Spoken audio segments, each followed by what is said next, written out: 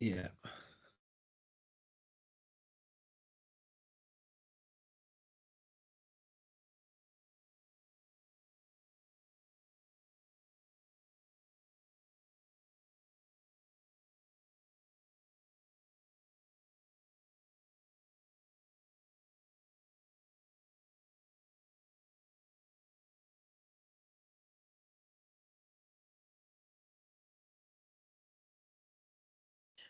Hello, everybody. It is great to have you here. Welcome to this session from the Institute of Economic Development. I'm Megan Streb. I'm Deputy Director of Outreach at the Waltworks Center for Local Economic Growth, and I'm also one of the directors of the IED. So today we're going to be discussing how universities can help drive local and regional economies. It's an insight report that was published jointly by the IED and Atkins Realis. So we are recording the session, which makes it easy for you to rewatch and also easy for you to share with colleagues. I'll give you information about where you can find the recording at the end of the session. So this report considers the national and local importance of universities in driving innovation and supporting economic growth. It also provides several case studies from different parts of the country on the many ways that universities are currently working with businesses and with local government to enable growth. This report also includes recommendations for central government, local government, businesses, and universities. I definitely recommend that you take a look. And I'm happy to say that in between drafting and publication, a number of the central government actions are already in train, which is fantastic. So the format for this session today, we're going to hear from two speakers, Jonathan Pickstone and John Anderson, and then we're going to move on to a Q&A. Please do put the questions in the Q&A function as you think of them. We're going to come to them after both of the presentations. Now, we're going to hear first from Jonathan Pickstone. John is a director and fellow of the IED and wrote most of our recent report, How Universities Can Help Drive Local and Regional Economies. Now, John is Interim Innovation Director at Unit M, which is the University of Manchester's innovation capability.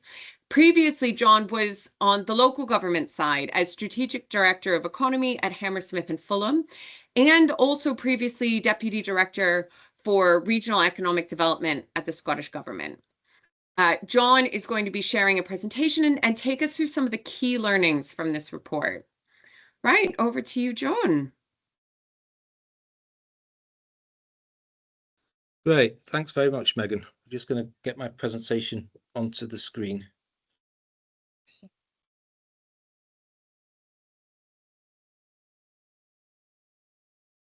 The window.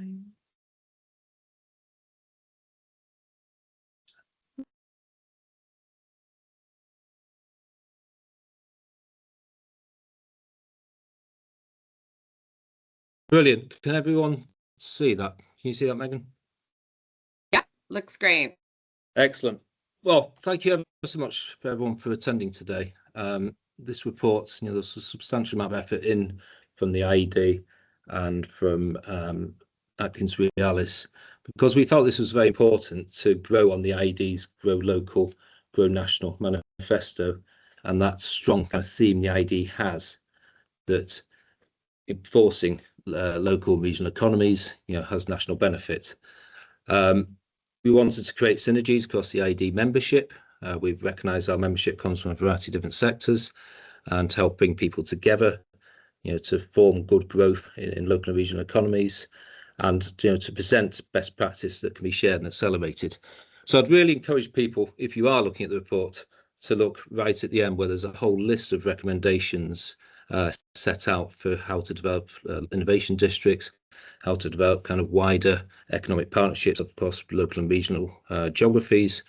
And I think that's quite sort of unusual in a report to have so many of those recommendations, as well as those for central government. Often reports in this space tend to focus more on the central government side. This is meant to be, aimed at local practitioners to help you in your work. The focus of the report is firstly, there's a kind of national context around some of the challenges that we're facing in the UK. It then goes on to look at the triple helix partnerships that can work across counties or regions, cities, also in the hyperlocality of innovation districts. And for those of you less familiar with a triple helix partnership, it's bringing together typically local government, can be central government, but typically local government with businesses and a research institution. That research institution, typically a university, but it could be a large company, could be a hospital, others, who invest heavily in research. So the background to it was to there's literature work, and Atkins Realis focused particularly on the relationships between universities and business, and I went and looked at a variety of other areas that are set out in that kind of national policy context, and why this is important and why local growth is important. And then there's a series of case studies. The Imperial College London's White City Innovation District in West London is a key focus, and delighted that John Anderson has joined us from Imperial today to give that as a case study. No one knows that area better than John. There's the 22 at Barcelona Innovation District, which is widely seen as a sort of European exemplar. And then the other ones were across wider economic sort of geographies. The University of Manchester and Greater Manchester.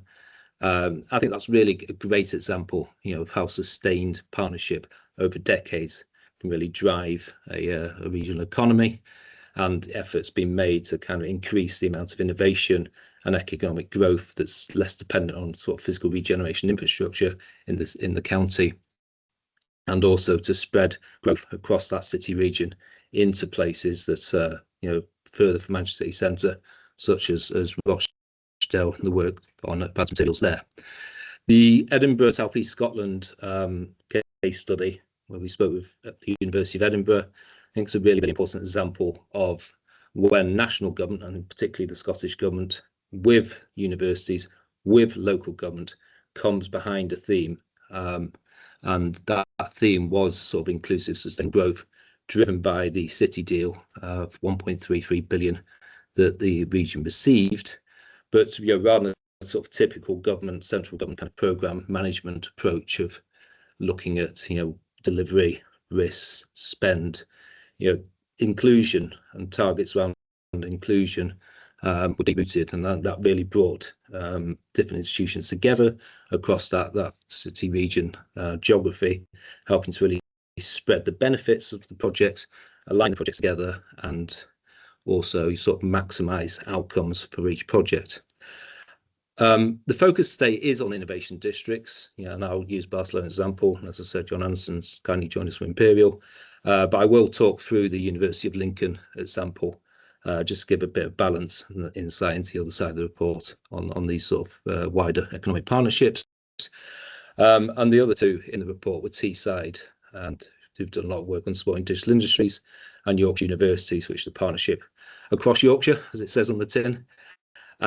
Universities working together on knowledge transfer, skills and innovation. So as I said, there are national recommendations I'll go through today, but also local considerations and those recommendations for practitioners. So we see this as a locally driven report with a clear role for government in support. So the backdrop then of the report is, I think, the UK's productivity stagnation, which has been productivity growth has been sluggish since about 2008, and we've fallen behind counterparts in France and Germany recently, and there's a lot of reasons for this, and there's a lot of debate about why this has happened, and you can see on the graph there that we've fallen behind trend, and infrastructure spend and sort of types of government spends, often debated between sectors as to why it's happening. But there's a clear kind of issue, I think, around innovation and productivity here. The UK ranks very highly in terms of sort of IP and patents, but much less highly globally in terms of knowledge exchange. And we see the university sector as potential sort of way of tackling this. We have very high quality UK universities, Imperial, for example, one of the best in the world. And there's also, a wide geography and number of universities. So universities can play roles across the country in sort of helping to support economic growth. and that is building on a sort of quality of asset that the UK has. And that comes at a time, when there's many financial challenges for councils and universities, local governments, universities looking for different income streams, to help sort of diversify their portfolios and move on to sort of new, more commercial models. So again, we don't see this type of work as a panacea for those financial challenges, but we do see it as a sort of way of spearheading new ways of working and helping to some extent to bridge the gap. The policy context, there's a lot of announcements last June. There's the comprehensive spending review, which just said when the report landed. There's a continual push of devolution in England and the mayoral combined authorities, but also constant. There's different models in other parts of the UK, so regional economic strategies and regional economic partnerships in Scotland, the 4 Welsh regions, Northern Ireland sub-regional economic plan. But the push from government for devolution via mayoral combined authorities led to local growth plans, and those sit alongside as a kind of local delivery mechanism for the industrial strategy. The industrial strategy in turn sits alongside one of the sort of biggest increases in funding went to DSIT. So that there's a real kind of interesting question about how these sort of areas are interrelated and corralled by government. And I think there's kind of key questions around innovation and how innovation's integrated further into sort of wider economic growth, about those sectors that aren't sort of at the forefront of the horizon of innovation, or priority sectors becoming more isolated from innovation. How we integrate sort of innovation funding nationally with locally, initiatives like the Local Innovation Partnerships Fund. How we integrate innovation with business support, so we have that absorptive capacity from businesses, that demand for innovation, as well as the supply of it, and also how to build priority sectors in other parts of the country, where I think the industrial strategy was perhaps a little weak. It talks about other foundational economies, but there wasn't enough focus to me on how to grow the priority sectors across the country. So there's a lot of different and interesting policy challenges that are afoot in the UK, which made the backdrop to this report. The economic role of universities is substantial, and I'm aware this slide is very wordy, but I think too often universities are sort of just places of education, of teaching, second to that perhaps research. But the ways in which universities can flex their education to support businesses, are substantial now, and the types of courses they offer. And there are also huge economic footprints, the direct and indirect spend of staff and students, including international students, and that pipeline of talent that they have actually can be, supported. And there's some of the work that's happening in Unit M at the University of Manchester to start kind of businesses or, become interested in innovation. There's a whole wide range of products and sort of venture builders and accelerators and incubators that universities can have for that technological transfer and support of businesses and knowledge exchange into existing businesses, and partnerships with larger businesses across their regions, and indeed perhaps nationally, internationally, etc. Because universities have that interesting kind of footprint locally, but often operate across much wider geographies. Applied research and consultancy for other sectors, harnessing their networks is important. And I think one of the key things came out of the Lincoln case study was that they're a rare anchor institution in the county, so they had that capacity, that trust, that convening power to help bring other economic actors together. Universities also invest in land, in buildings, which can lead to sort of a wider regeneration beyond innovation and skills. And they also can act as sort of powerful advocates for a region, helping to shape sort of national policy and work with local governments, major businesses, consortia of businesses, mayoral combined authorities, etc., to really drive that relationship with government. So turning to the kind of first of these case studies we looked at, the report was, as I said, the University of Lincoln. So, it's only really formally, its roots are longer, opened that Lincoln campus in 2002. And I think the key sort of learnings here is, by being edge of the city centre, it was a former railway depot, it's led to substantial sort of regeneration on the edge of the centre, with a much enhanced footfall, which has led to sort of wider regeneration and a once slightly tired yet historic city centre thriving again. That the university supports the supply and demand of labour, so it's moving beyond that traditional role of educating people as a supply of labour, but thinking through the types of jobs that are available locally, and how to grow those, because growing that local economy, the reputation of the local economy, is only good for the university and attracting staff, attracting students itself. So it's a virtuous circle. There's a focus on key regional sectors, such as growing creative industries, because they saw that Lincoln was lagging there, but that had some good potential with its historic town centre and some smaller assets there. And so they worked in partnership to open the Barbican Centre that you can see on screen. Another one is defence, and I think there's a really key learning here that they had air bases, air force bases, and the traditional kind of mode of operation there would be to kind of look at manufacturing, and actually they went for sort of data, AI technology, and how that could support defence industries, because they saw that as building on their strengths as a differential to sort of traditional approaches, and a way of then, once you had that capability, you could use it for other sectors as well. There's a strong focus on business partnerships, so they set up a department for engineering, which was later compounded in the same building, sort of maths and physics, partly and in response to Siemens, who's a large local employer thinking about leaving. So they've really anchored Siemens, in the city and the county, and that's been a great success for them. So thinking about what their offer is, how it relates to business, and then keeping that relationship going, strengthening that relationship, and that's led to 90% of retention, of people at Siemens in Lincoln. Investing in the critical infrastructure, so there's a innovation and science park at the university, again right next to this centre. The example of the Barbican as a third space that brings different institutions together. So it's not dominated by the university, but the university's there to support its development and the links with its courses, but it's very much a partnership in a third space that's not on the campus, to offer that balance. And then importantly, they recognise that they're a rare agri institution in the county. It's a largely rural county, and reaching out across the county.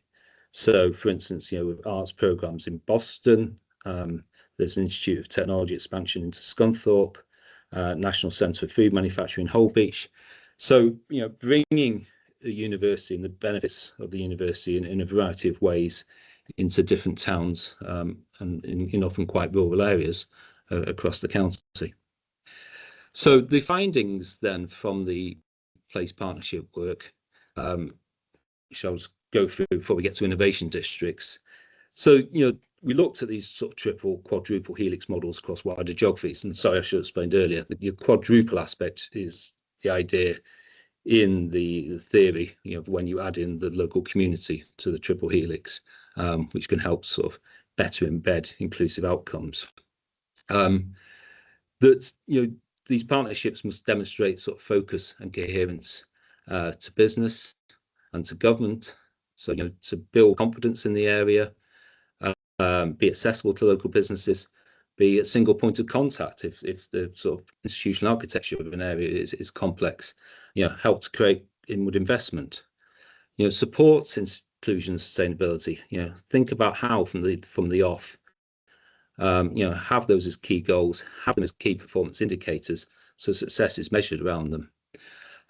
In terms of setup, having a clear strategy, long-term principles to align research and economic strengths and opportunities, and design the partnership around principles, what in the long term different institutions are trying to achieve, not a kind of set of projects which may finish or not happen, which can lead to sort of the disillusionment of the partnership and understand what does each institution offer. So, in Manchester, the University of Manchester accounts for 93% of government-funded research into Greater Manchester. That's incredibly important to Manchester. But the City Council, the Mayor Combined Authority have huge convening power. And as I talked about in Lincoln, that realization that they could add that credibility in those networks, to the ecosystem. And performance, so integrate and understanding other institutions. There's a lot of different cultures, there's a lot of different objectives, goals, financial frameworks. If people can work across different institutions and understand those, so much for the better. And needing to be flexible and resilient to local and national circumstances, other changes in sectoral bases, in technology, government funding, government policy, and having that flexibility to move through those changes whilst keeping the partnership intact.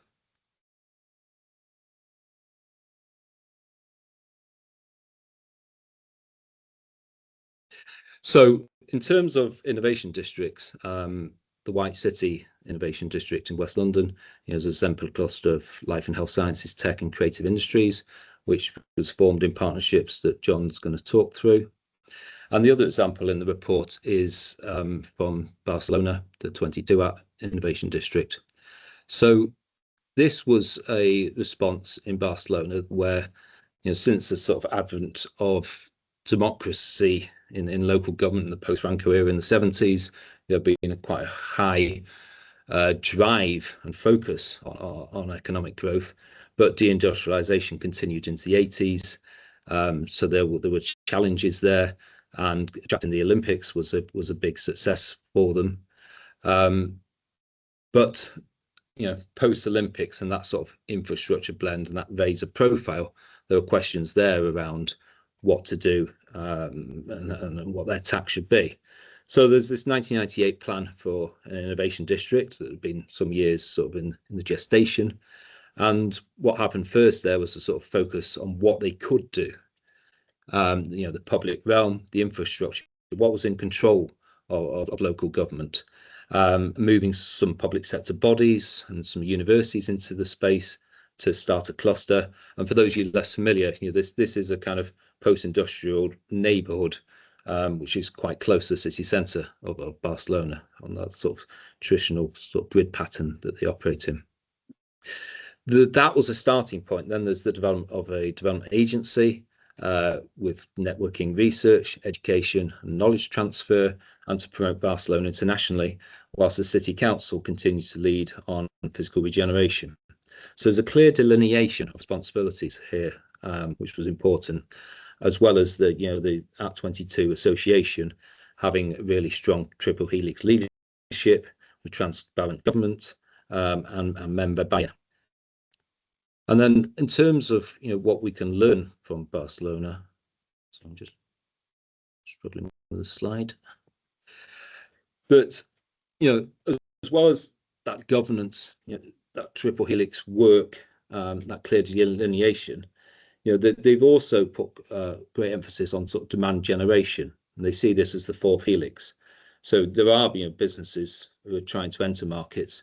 So by having this focus, and yes, they're lucky we're beating the climate, but on international connectivity, joining international partnerships, hosting events in Barcelona, there's been a big push that people think about Barcelona and their businesses get access into national and overseas markets. There's also a push on local markets via their urban lab, so that sort of has incubation space for smart city type solutions, so intelligent parking or intelligent lighting, which then can be trialed with the City Council. So it's a neat example of the City Council stimulating demand from local business. Their place promotion strategy is clever. They don't just promote inward investment to businesses, they also do to policymakers, because they know that people in fora like this, talk about where it's doing well, what their advantages are, what we can learn from different places, and that overspills into businesses in different markets. They have a one-stop shop, and I think this is really, really important for inclusion. So that there's a building that acts as a single front door in Barcelona. So whether you're a visitor to the innovation district, you're a worker, you're unemployed, you're an investor, you're a firm looking to locate there, you can come into this one building, and that's full service provision is there. The urban lab I've touched on, and I think the other key learning here is, it's an example of what local and regional government could do in Spain, because they do have greater sort of funding and powers for infrastructure.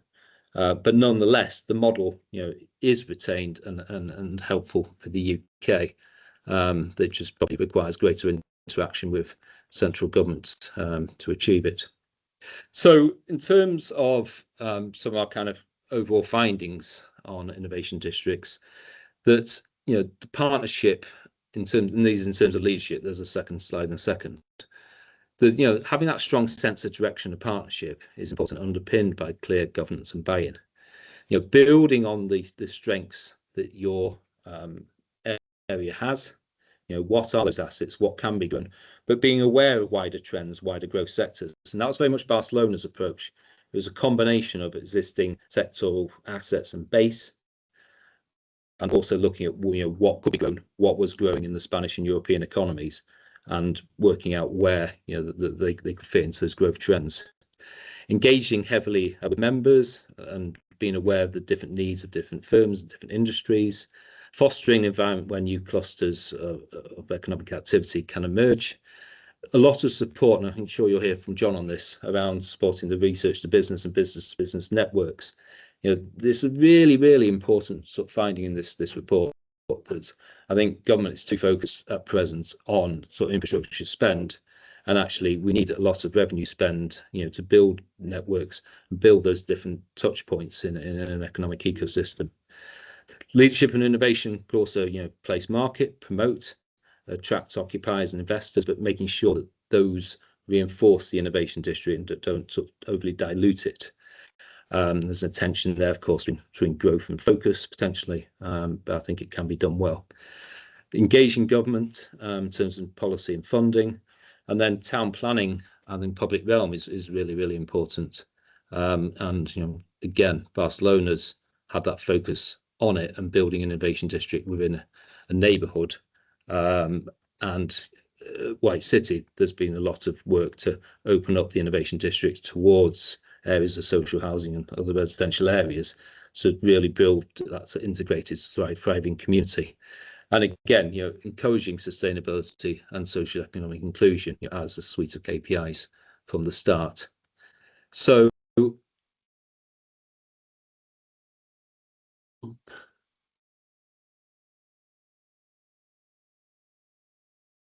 the findings then, this is my penultimate slide, I'll go on to national recommendations in a second, around innovation districts, is, I think that there's a great potential here, in that hyperlocality of bringing together business research institutes and forming those sort of communities, that these can be a much more sustainable and inclusive model than traditional kind of science parks or out-of-town campuses, because they are within the urban fabric. They're more porous, with less obvious boundaries, they're more open to wider communities. And so, I think this is really a model that should be encouraged, not just, because of the potential for innovation and growth, but is a good way, I think, within urban spaces of harnessing sort of power of the city, excuse me. That they are, that triple helix model needs to be at the heart of them. We think this is a replicable model when there's a suitable research institution to build around. We recognise that different places have different strengths, and clusters such as in West London aren't always available in other parts of the country. We still think actually thinking in this way, is important, and harnessing those innovation assets. To incentivise and reward collaboration, be that kind of careers or finance, income, culture that helps draw people to those interfaces that are so important in the networks, and supporting disruptors and the potential to fail. Innovation is ultimately risky. How do we ensure that institutional risk management, doesn't sort of get in the way, or overly prescriptive plans or funding agreements. How do we give innovators that sort of space to operate? Having a variety of shared business spaces, investments, and cultures is important. So firms can choose where to go.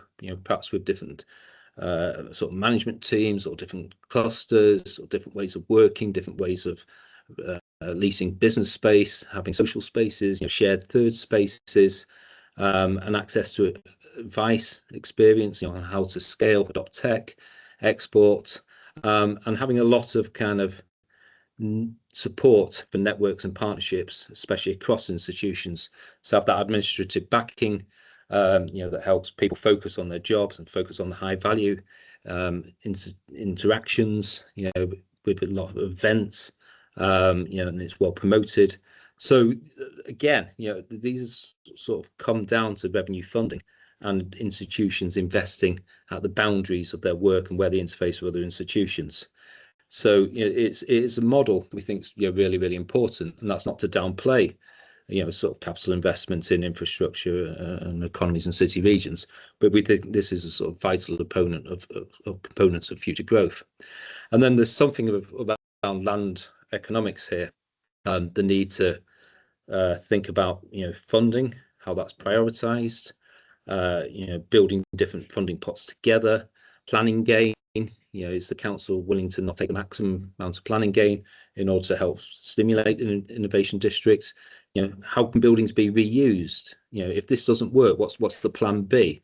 So you're helping to de-risk and get these things built and get them built, for the right sort of uses. And then finally, avoiding sort of crowding out of the initial goals of the innovation district. If it's successful, land values rise. Is there still space in that model for innovation? And as I said before, physically design in inclusion. So thinking about sustainable travel, access to other parts of the city, access to neighbouring residential areas, having that perhaps that single kind of entry point that Barcelona had, and that's been so successful. So people can feel part of an innovation district, and that they don't just see a number of sort of anonymous buildings that don't know what's happening in them, and that they're invited into them, and that the area feels safe for all different parts of the community, around the clock. So finally, for me, I think, I've touched on why we did the report and the sort of policy context, the economic context, given a couple of examples, and then gone further into kind of trying to put across sort of lists of, the findings and the sort of commonalities between these different examples. But in terms of national recommendations, the government, should quite obviously try and keep the UK at the technological frontier. Needs to maximise the benefits of those. How do we avoid sort of innovation-rich activities being dislocated from the rest of the economy, be it that in terms of sectors or geographies, whilst really ensuring that those clusters and places that are very internationally competitive, do compete and do join and network, with the world's best globally. There's a need to successfully blend devolution with direct national funding into innovation and business, and then the importance that I talked about a lot here of the economic ecosystem, and the universities, we think, because of all those different economic advantages they have and their size and their impact, can be at the heart of these successful economic ecosystems. If there's sufficient sort of revenue funding that comes from government, perhaps for the economic partnership itself and that capacity funding, but also that different institutions incentivize focus on economic development. So, we'd love government to make it a statutory function for local authorities, but institutions thinking about what drives a person's career, how they were rewarded, what success looks like within that institution, what the cultures are, and how do we encourage people to work at these economic interfaces, and how does government set a framework that financially encourages it too? We think there's a great potential of universities to drive economies in different places across the country. There's a spread geographically of research-driven universities, a spread of all universities and colleges, about 350 in total in the UK. That can help bring parts of the country that have fewer, for instance, of the government's industrial strategy priority sectors into that kind of innovation-rich economy. The innovation districts could be funded as a type industrial strategy zone, bringing together funding from DFT or MHCLG or something in the infrastructure, and then that kind of more revenue-based funding from DBT and support for inward investment and exports, etc. So there's a kind of collaborative of government activity that could drive innovation districts, and I know that John will quickly kind of point out that can come with conditions and perhaps remove some of the freedoms, but I think it's a good way if government was to sort of build as strong relationships as they've got with some of the sort of individual research institutions in the country with innovation districts, to drive forward growth in the way we talked about today, would likely be helpful to make them more common and more impactful across the country. And finally, I think I've talked about sustainability and inclusion. If innovation districts are to sort of hit those goals, they often need to be kind of in urban centres, towns, cities, but often land values can be higher there. So I think government should recognise that, add additional funding in, so we don't end up with a kind of economy where key kind of economic actors are driven into less sustainable greenfield sites, where an urban alternative is possible because of land economics. So that can help, I think, to kind of use innovation, use universities to really drive sort of city centre and town centre revitalisation, as we saw in Lincoln. So I hope that's been helpful. I'm going to pass now to John, who's going to talk about the White City Innovation District, and I'll join you again for the Q&A. Great, thank you so much. So a reminder to everybody, do put your questions in the Q&A. John's gone through a whole lot of information. I'm sure you're still mulling it over, but definitely add your questions as you come up with them. So I'm about to hand over to John Anderson, who is Chief Investment Officer at Imperial College London. In nearly 30 years at Imperial, he's driven multiple key investment initiatives, and this includes the acquisition and development of White City Campus, which is fantastic. John's going to take us through the case study of White City Innovation District, comparing it to some other place-based centers of innovation, and think through what really makes this a success. Right, over to you, John. Thank you. I'm hoping you can see the slide and that you can hear me. And I'm very grateful to the IED for involving us in this research. I think it's a really important area to consider and to try and understand. And hopefully some of the content I can produce today can help a direct understanding of one particular perspective on this area of economic development. So today I'll briefly take you through who we are, Imperial College London. I think the role, the nature of that anchor institution is really important in understanding the capacity for developing economic growth through an innovation district model. I'll briefly go through some of our considerations, reviews and engagement with innovation districts, and therefore what really makes a genuine innovation district and some of the benefits and other consequences of that. And that in that conceptual framework that makes sure that we understand the policy base and we're always holding ourselves to account against the correct model. And then I'll talk about the asset development. And as John Pickstone noted, the assets aren't just the physical assets, they tend to get the most attention, but actually the way that network assets and economic assets are critical to a true innovation district. I'll start also by noting what is perhaps the most unusual part of our innovation district, which is this really unexpected but powerful partnership with what is described as entrepreneurial municipal government, Hammersmith and Fulham, our local authority. And I really do believe that the way we, as a long-standing research-driven educational institution, and Hammersmith and Fulham, importantly with that democratic right enable change and enable us to grow our ecosystem. I really think that has been a strong differentiator, and I would certainly credit the leader, Councillor Cowan, with being an extraordinary champion for what we do, and most importantly, using soft convening power and using that, as I say, that democratic capacity to make sure that as we do deliver change, it leans towards regeneration and avoids the risk of gentrification. Now, I do believe that Imperial is a pretty unique organisation. We're a global top 10 university. We're also a science, technology, engineering, medicine and business university. And we always remember, our founding was in 1907. It was at the end of that Victorian era of industrial growth. And just as we were going into a period of European challenge. And it was a governmental initiative, a governmental challenge to us as a nation, that we were falling behind on industrial capacity. Therefore, we were really established and given that mandate, given that mission to be the UK's industrial university. And that from the context of being in London and increasingly West London.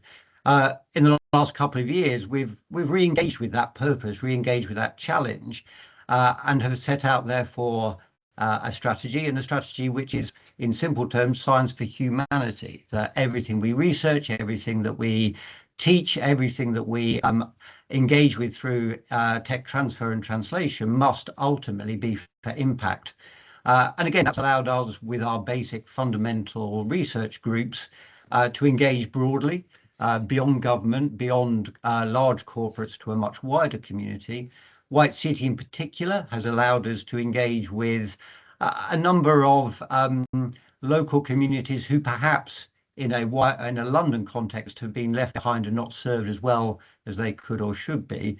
But again, very much with a focus around the industrial and economic areas where our engineering, our science, our clinical practice is particularly applied.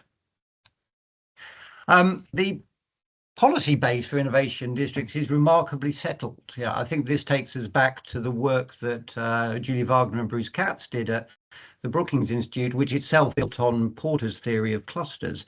And I guess, therefore, the fact that the policy is so clear and so consistent raises that interesting question, that interesting challenge as to why there are, therefore, so few truly genuine, truly scaled innovation districts. We challenged ourselves with that, and being a university, therefore, we immediately asked our own academics, our own researchers, to challenge the same question. And they broadly came out with the same answer, maybe a slightly different framework, looking at talent, environment, networks, and capital. But broadly, the conclusions were the same. And again, really narrowing in on the disruptive power of innovation and entrepreneurship, but importantly noting that innovation and entrepreneurship are not the same thing. Every university and every academic, I think, has strong innovative capacity, but true entrepreneurship and what might be defined as venture growth mentality is extraordinarily rare. And therefore, trying to understand how, as an innovation district, you enable that community, unreasonable people trying to achieve unreasonable outcomes. And again, that's maybe one of the challenges where there is a desire to institute and create strong and clear governance. Whereas my argument might be that a lack of governance often enables the most entrepreneurial growth. We also challenged ourselves on an important framework of academia, corporates, startups and government. Those are the four quadrants you see in this chart here. And we reflect a lot, and we make sure that we are not drinking our own Kool-Aid or getting overconfident. Interestingly, we do score ourselves pretty highly on academia, on universities. Imperial is, as I say, a global top 10 university, and we do make sure that we focus on quality over quantity, and we are focused on particularly industrial activities. But actually, I've kind of reduced that score over the last 2 or 3 years, because I think one of the challenges we've had is how we avoid dominating the research environment and or the educational environment. How do we enable and bring other higher education institutions, other further education colleges, other edtech operators into the space so that there's a much broader educational base. Where I do score White City particularly highly is the startup community, and we have lots of evidence and lots of outputs to demonstrate that, the sheer quantum of companies who have started to scale in our ecosystem. Government, interestingly, I score at about 5. And interestingly, that reflects the fact that at a local government level, it's been almost 10 out of 10. We really could not have asked for much more support from Hammersmith and Fulham. But once you get to a regional level, you are starting to deal with the challenges between the relative needs and relative demands of East London versus West London. And then obviously, once you get to the national level, particularly over the last decade, the ability of a London institution to demand or secure the resources of government is very challenging. Therefore, on balance, that brings the government outcome to about a 5. And then actually a critical component, the global corporates, the strategic corporate partners, I score as a pretty low 3. And to a degree, that has been choice. We have refused to play the inward investment game. We have not offered subsidies and or benefits to large, well-funded, profit-generating companies. We have deliberately focused on building what we believe is a true ecosystem, in the belief, therefore, at some point, those communities will be required to come because of the talent, because of the disruption, because of the environment. But actually, as you go through the journey, the lack of or the limited support around that can be very challenging. And in the current context, we've seen in other ecosystems that it plays out on a much wider commercial government engagement. The role of the NHS as a purchaser of therapeutics is clearly having a significant impact on the willingness of global pharma to engage positively in our nation and in our ecosystems. And what's really important is to understand the size of the prize, the scale of the opportunity, but also the time necessary to get to that outcome. There is constantly a demand that we establish ourselves as an innovation district, and we immediately state that we intend to be already are the new Silicon Valley. These are ridiculous measures and entirely impossible in the brief period of time that we've been engaged with this endeavour. Therefore, we do look at those stepping stones.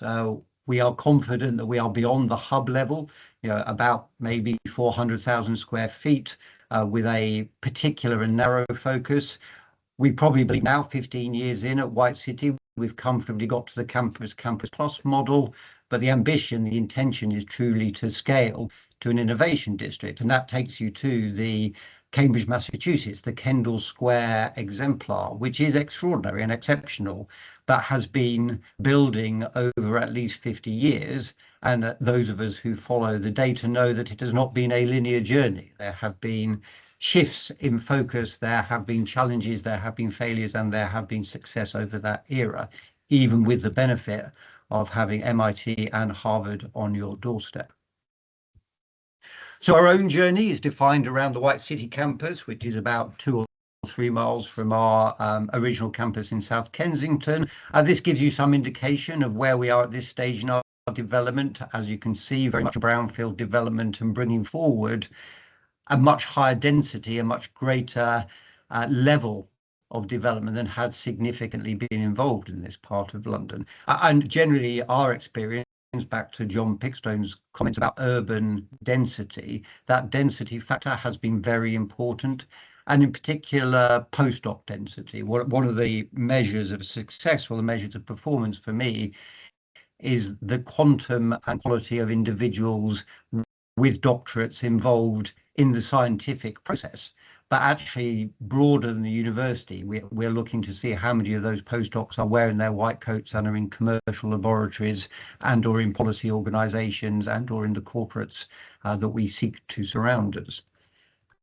As I say, inevitably, there is a focus on the physical assets, and this gives you an idea of why 15 years is not very long. And again, we feel confident that we have scaled as rapidly as any of our peers, or you might reasonably expect to. And importantly, it's been a balance between core academic assets, molecular sciences research hub, the Sir Michael Uren hub, the School of Public Health, But we've tried and so far succeeded to keep that as a significant part of the campus, but never the majority of the campus. We're looking to build the academic function to 30–40% activity, but sure, alongside it, there is that mixed motive developments of co-location, the iHub and Scale Space, which allows not only spin-outs, but spin-ins and scale-ups and fellow travellers to be in the same location. And also, I would stress the importance of places for those involved in the ecosystem to live, work and play on site. And actually the student accommodation and the staff accommodation in the context of wider market accommodation has been critical in ensuring that on a true merit basis, those who deserve to be in the ecosystem can be there, but also has entirely played into that land economics and allowed us to scale the balance sheet by building some assets worth more than they cost to give us the confidence to progress and participate and draw in more capital as we undertake these very expensive, very capital intensive developments. Perhaps for me, more importantly, are network assets. And again, what I've found with the network assets is you do need a central function, a willing anchor who can put the time, the effort, the brand, the network infrastructure, and that recurrent funding into enabling as many network assets as possible. Many of them start and then disappear very quickly, but others go on to be very sustainable. The Scale Space operation being a particular example, the White City Incubator around life sciences now having been operational for over 20 years. And again, my experience, my learnings here has been to be liberal, to be open, to allow as many organizations that want to set up or run accelerators, deliver venture building services, engage in multiple sectors and across different points of the venture curve. Yeah, more is the answer, and exclusivity and or narrow activity can really shut down the type of exponential growth you're looking for and push you back into that more standard British vision of how can we have controlled linear growth. And again, that's why it is always so dangerous to compete with the emerging ecosystems in the US or in China or across Asia. They absolutely understand that they are setting up for an enabling exponential growth, and therefore they remove wherever possible the barriers to that level of growth, accepting some of the growth pains that go with that. One of the other consistent demands is that we must know which sector and or which area we are building our innovation district around, and we believe that's entirely the wrong approach. Again, looking at Kendall Square and Cambridge, Massachusetts, it became a life science bio cluster by accident. That was not the original intention. It was going to be electronics, it was going to be microcomputers. There were at least 2 or 3 different clusters or sectors that were supposed to emerge before the one that achieved critical mass actually got going. As you can see here, we are over-indexed in life science and medtech, and therefore we're working very hard to enable the other clusters aligned with the Industrial Strategy 8 to come forward and give us greater optionality. And again, often the most exciting activity is at the interfaces between these clusters. Therefore, we are determined that we will not fix or settle on a single sector or a single subsector. We will seek growth where growth emerges. And then actually the geographical spread beyond our own campus and into the wider Hammersmith and Fulham ecosystem, noting critically the clinical assets around the Hammersmith Hospital site. We're seeing the ability for companies in this ecosystem now to stay local because there is enough growth space. And again, this is challenging on the physical assets and the economic assets. The inward investors, the developers, the real estate owners, they like full occupancy and they like strong covenants. They do not like multi-lets. They do not like weak covenants. They do not like organizations that burn brightly and then disappear. So one of the big challenges for us has been getting support from that wider investor base and that wider ownership base to allow our companies the freedom to scale, but also the freedom to fail.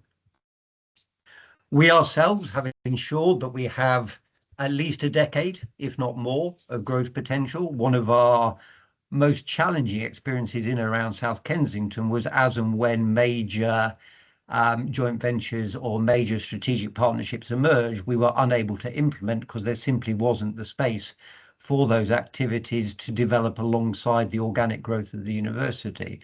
What we have now here is the best part of 4 million square feet of development potential with a significant focus on workplace and flexible, complex workspace.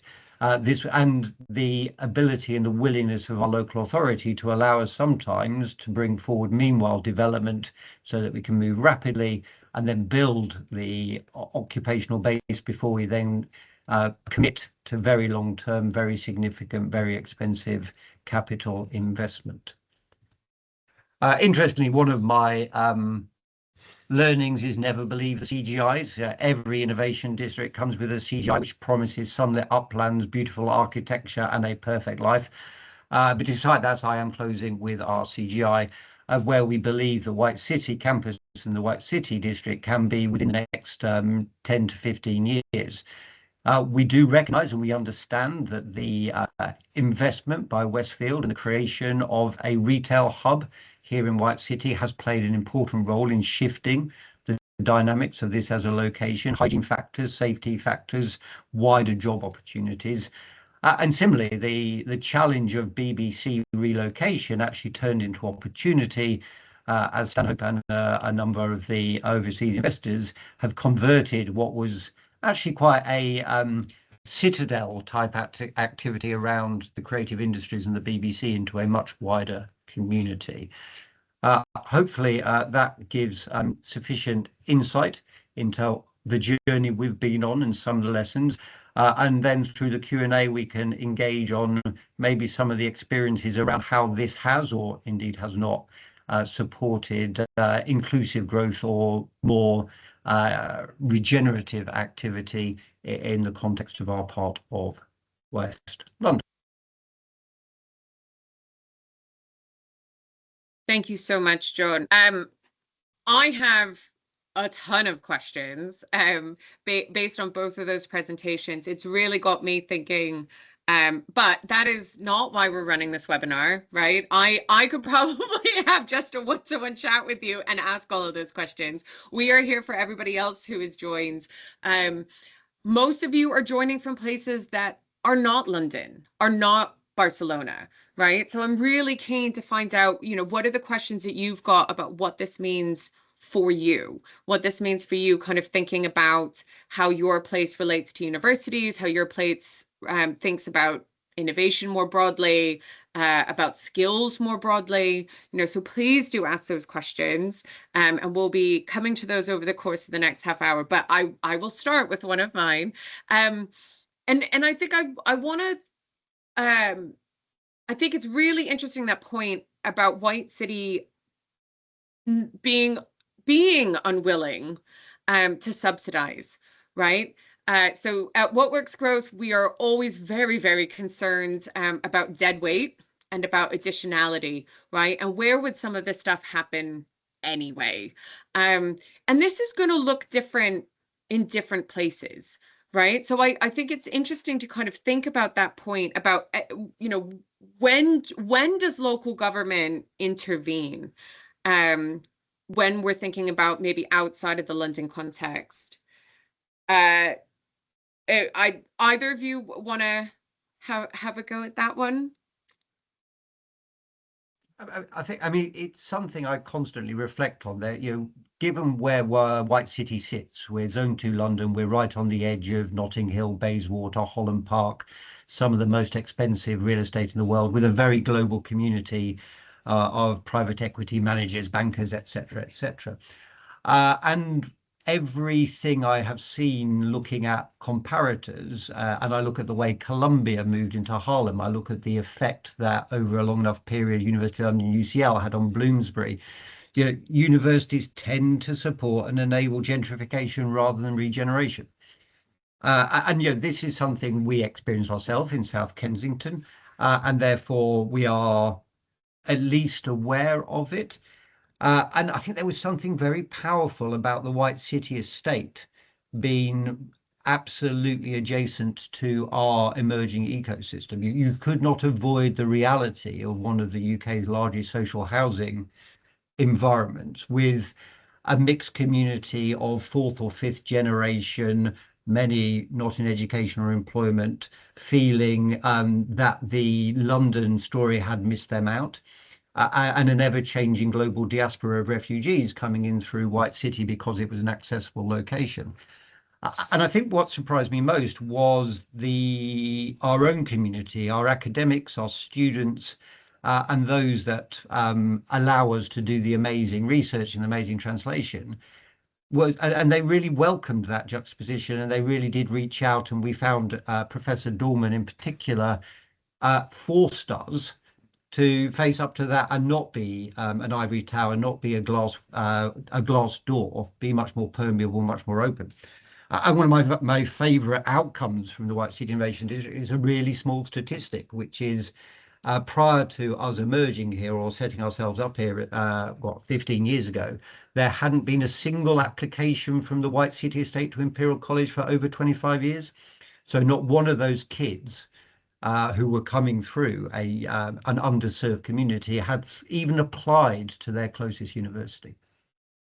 And now, 10, 15 years in, we're getting regularly 20 to 30 applications a year. So yeah, we're actually starting to get a significant number.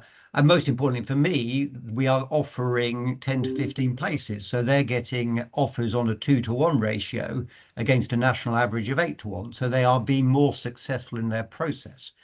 And then, of course, the bit that I find most interesting and slightly amusing is that of the 10 to 15 offers we make, now 3 to 5 turn us down because they're going to Oxford or Cambridge, which is something which reminds us where we sit in the overall national ecosystem. But again, there is some significant pride that through this engagement, through proximity, through openness, we are now allowing kids that simply wouldn't have considered even a Russell Group university to get into Imperial, UCL, Oxford, Cambridge. So I think those small, narrow anecdotes are really important because they anchor you and remind you that our social license to operate as a world-class institution is embedded in a civic agreement in a operating environment here within London and the UK. And again, sorry, I do think London can sometimes be seen as a single homogenous whole, whereas in fact, when you get into the detail of London, even within West London, there are areas of deprivation, areas of relative underinvestment that does demonstrate the ability, the need to invest, to intervene and to regenerate, rather than just assuming that London as a whole is supporting this entire community. Yeah. John Pickstone, do you want to come in? Sure. So, I mean, I used to work at Hammersmith and Fulham, as John well knows. There's a clear role, and John credited H&F and the political leadership there with support for the innovation district, and that takes many forms. And I think having sort of an entrepreneurial leader, who valued this, who talked it up, who credited it, had it as a priority, ensure there was sufficient staff supporting it and the quality of staff, and it fit in wider economic strategy, was very, very important for success. But then the having those relationships, around those economic networks, that network capital, and that convening power of a council who perhaps has different stakeholders or overlapping but often different stakeholders to a major research institution, again, it is important in growing that interest and growing that ecosystem. But also, there's the kind of key powers of local government, the planning, the infrastructure. So, you look at Wood Lane and some of the connectivity, the physical connectivity around different institutions, the hospital to Imperial College, that is within the gift of the local authority as a priority to improve, and that physical infrastructure and that safety and that feeling of being in an exciting area, feeling of being in an area you're choosing to be in, can only be good for the networking. So, as John said, across the country, there's a role for local government here. and then moving away from London. I'm going to go right to the other extreme, and I think if there's anyone thinking, well, innovation's not for us, I mean, it's wrong, because when I worked at the Scottish Government, I was responsible for our growth deal programme. There are places in Scotland with very, very, small populations, dispersed rural populations, that were looking at their assets and looking what they could do with innovation. So things like agriculture, energy, were important. The facility in Dumfries and Galloway around sort of innovation in dairy farming, bit linked to Edinburgh University. So bringing, that world-class research in Edinburgh into a different place. Glasgow University has a substantial facility in Dumfries town centre now. So there's ways, I think, of connecting in all places into research, into innovation, into business. And then I suppose, if we look at the sort of larger towns and cities outside London, I mean, there's often sort of land economic challenges here. I mean, this is the same in London, but, how do you carve out economically a space for innovation? If there's higher value uses like housing that could draw on that land, that's planning policy, that's looking at planning gain. It's looking at putting the infrastructure in that will support innovation, and places where there's negative land values, and how do you bring that land through public support back into use, with that clear plan to do that for infrastructure. So there's a variety of ways of using existing local government powers well, but I think what the report says, and what John's been really re-emphasising today, is there's this kind of idea of generating the economic ecosystem and the revenue funding. This isn't all about physical assets, to build these sort of economies of tomorrow, and councils have a key role in that. Yeah, and I think that's also a good reminder that intervening isn't necessarily intervening in the market to subsidize something, to pay for land remediation. It can also be that convening power, thinking about spatial planning, taking that strategic approach. I think that's a great reminder of that. So we've had some really good questions that have come in.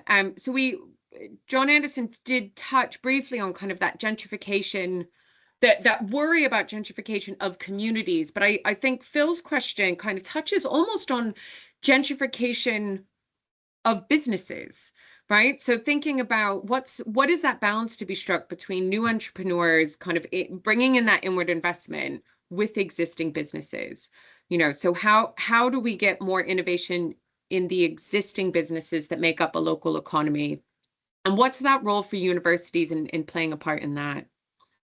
So Yeah. I think, I mean, I touched upon this. I think there needs to be a lot more thinking in the UK around aligning innovation, which is sort of coming out of DCIT, with the sort of business support, that sits below DBT or MHC or G, arguably, by local government.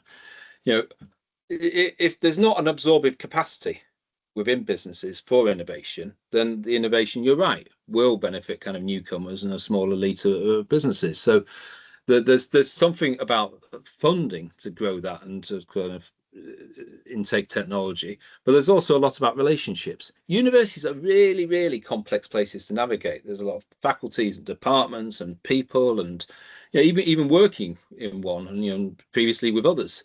They're huge complex networks. So this idea of kind of single front doors, be that kind of AI generated or a physical front door into a building, or a team of people that can help connect. And this is what Unit M's trying to do in Manchester. To forge those business partnerships, and understand what the assets are in the university, and how they can work with business. And there's been some really good examples of, some like our Turing Innovation Catalyst AI program, incredibly diverse take up of support. And and I spoke to the director there. I said, how do you achieve it? It's quite easy. We sort of went and leafleted in libraries and community centres in some of the more deprived areas of the city, and we purposely, attracted people, who might be more in need of that support or less able to kind of access it through the market. So I think universities doing more to show what they offer, doing more to communicate that simply, and doing more to sort of funnel that network in ways that is easy for people to reach is really, really important for existing businesses. And getting off campus, again, as I mentioned, there's a sort of advanced materials facility, supported by the University of Manchester, being built in Rochdale now, which is a former textile town in the northeast of Greater Manchester.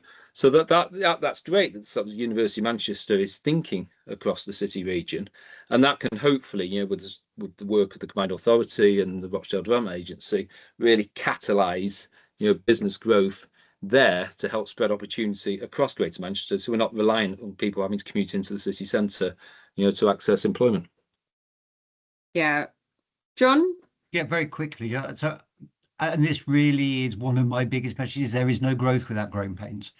Yeah, so I think a lot of the politics, the social contract over the last 10 or 15 years has been panacea politics, the idea that we can have extraordinary outcomes without any of the challenges, costs, frictions, consequences of that. And we've been, I think, very honest and open with that, and therefore made sure we have a political compact to allow our growth.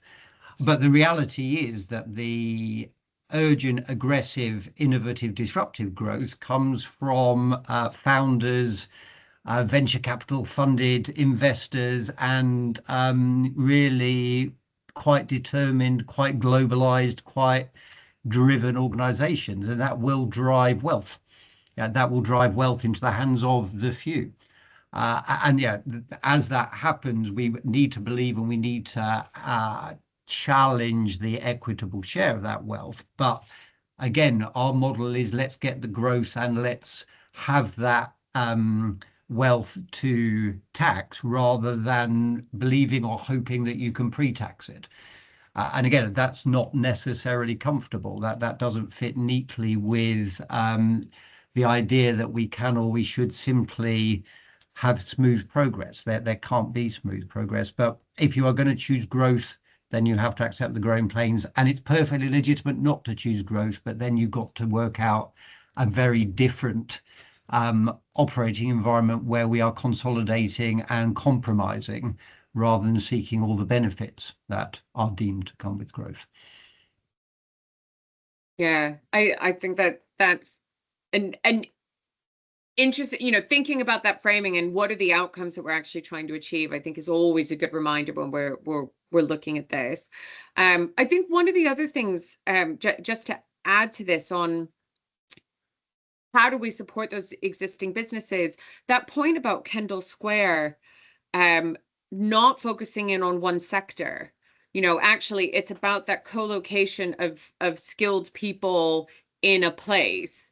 There is going to be benefits more broadly to existing businesses as we move towards that approach. Not all businesses. I would agree with that growing pain statement, right? Not and I think this is something that we often struggle with as what works growth. I think sometimes people think we're a bit depressing to speak to because we will say, we want to see business churn, right? Part of that successful innovation and having successful businesses is that some businesses are going to fail, right? And that's an important part of competition and how we need our places to feel like they're moving and thriving and changing, right? We don't want stasis.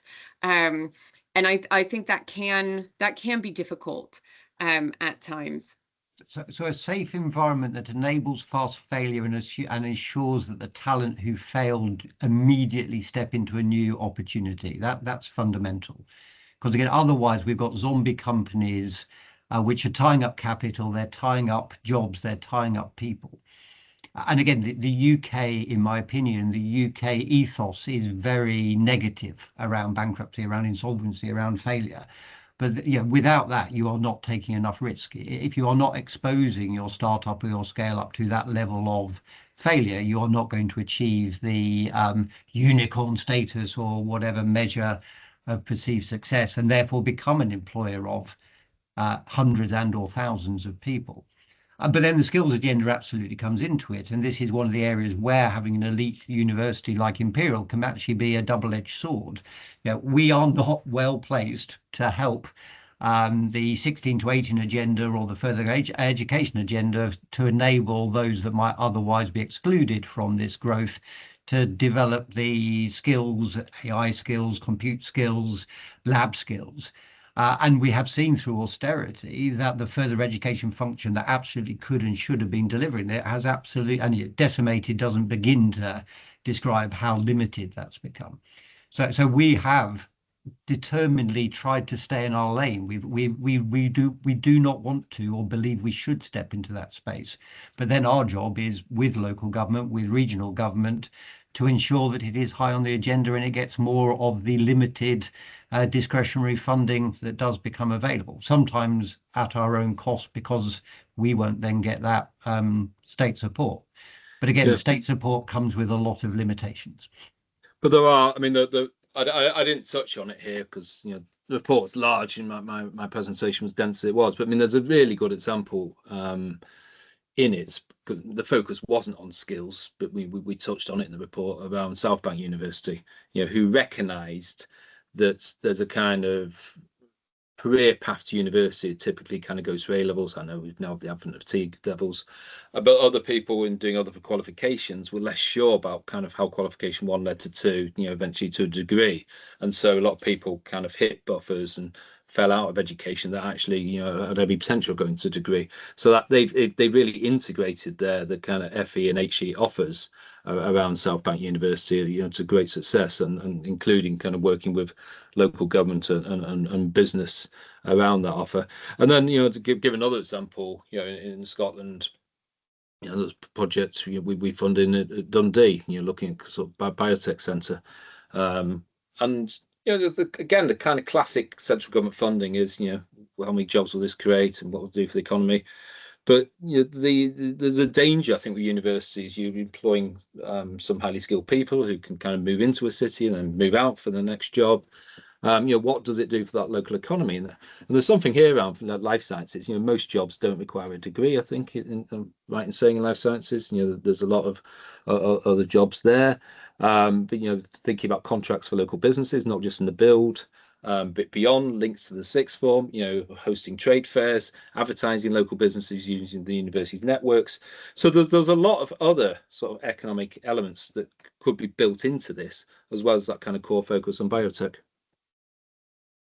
So I'm going to move us on because we've had two questions which are thinking about what to do in other places. So one comes from Elaine, who says that they do have a local university, but it's very much campus based and an adjacent science park. So are there principles beyond a physical presence in a city center that could translate in other settings?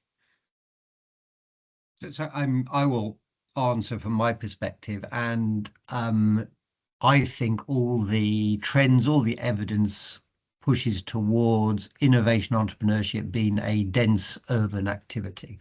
I think the era of the science park was interesting and compromised, maybe generated some interesting companies and some interesting narrow technologies, but I don't personally believe that is the model that best succeeds in the future.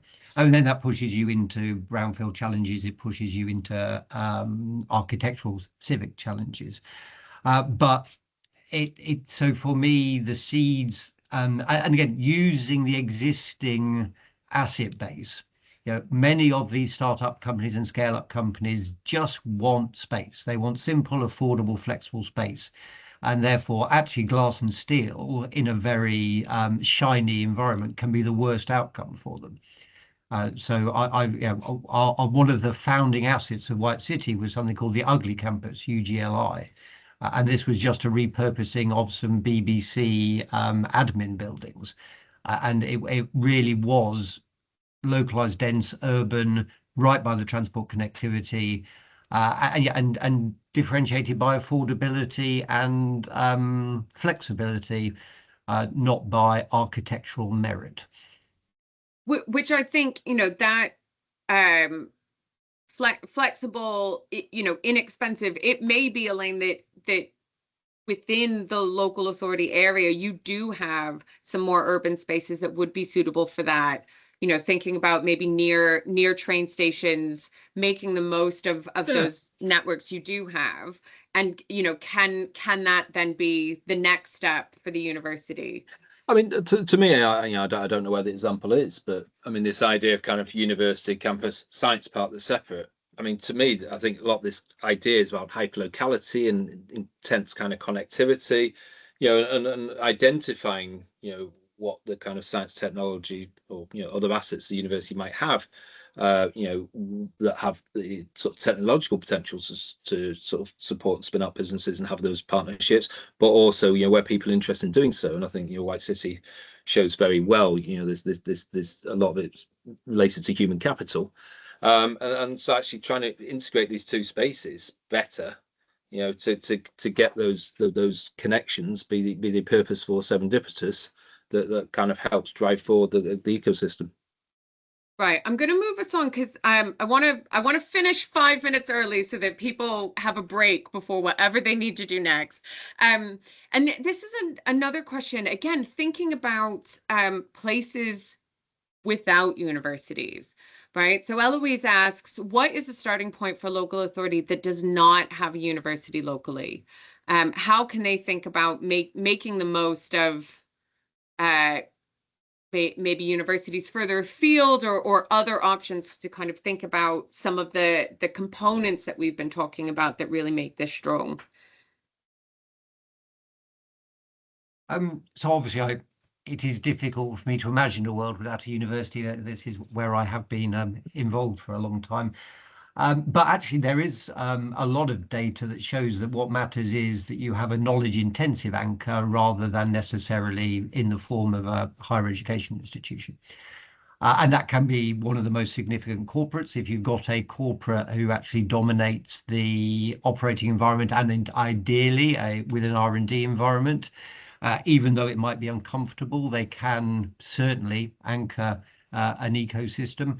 And I'll go back to where I was before. I really believe, especially with degree apprenticeships, with lifelong learning, that FE colleges and some of the wider structures around further education absolutely can be an anchor. I don't think you necessarily need degree awarding powers in order to be a knowledge intense organization with a translational bent. But again, the challenge there is that, in my opinion, they have been so underfunded, it's hard for them to do their core operation rather than investing effort, energy, bandwidth into the wider environment. And brand plays a frustratingly significant role in all of this. I cannot underplay how having Imperial College as this highly visible national global brand has allowed us to do many more than we might reasonably expect others to do. But at the heart of it, it is about curiosity-driven research with an educational element to it that then can permeate out and allow others through adjacency to participate, be it in the supply chain or be it in that employment environment. So no, the tyranny of the university is a danger, but then you do need, probably as a local authority or as whomever is supporting this ecosystem, to give more weight, more support, more intervention to those organizations, because one of the huge values of universities is that we continue to actually be relatively robust despite everything else that has been going on. I say we, that obviously does not cover all universities. I think, I agree with a lot of what John said. I mean, there's I think there's a need to really understand, the sort of economy, its attractiveness to business, what's already there, what can we build on, so hospitals, companies, as John says, provide alternatives. Innovation centers never should be built for the sake of it. But if there is a kind of strong business need and opportunity, again, that can start as kind of small cluster. Thinking about why there isn't a university, have those conversations being had. What could attract a university? What could attract different sort of scientific, perhaps, or innovation elements of a university to form partnerships. So, you know, the university can be kind of brought there as a sub-campus or brought there into play virtually. I think if there's something compelling that the university gets out of it. So it comes back to these classic principles of partnership and understanding different institutions, what they're trying to achieve and how that can be brought together in that third space. And then to get, you know, to give a slightly left field example, just because I happened to notice it the other day. I mean, Burnley, Lancashire does have the University of Central Lancashire, but you know, their football teams starting up a sort of sports tech innovation hub. So you know, there are kind of other ways of doing this beyond the kind of obvious sort of research institutions. So I think broadly, bring people together and spark energy and spark ideas. Right. I think that's fantastic. Right. We are going to leave it there. Do definitely check out the report if you haven't already, how universities can help drive local and regional economies, as well as all the other resources and information on upcoming trainings and event on the IED website. So a recording of this session will be available both on the Insights page of the IED website and also on the IED YouTube channel. We hope to see a number of you at the IED annual conference in Salford in a few weeks' time, and the IED AGM in December, where I've just agreed to do a short presentation on some of what Works Growth has been up to. So it'll be my turn to be on the hot seat. Thank you all for your time and your questions. Thank you to John and to John, both for their time today and the report. And we will hopefully see you at another event shortly. Thank you. Thank you all. Thank you. Thank you, Megan. Excellent sharing. Indeed.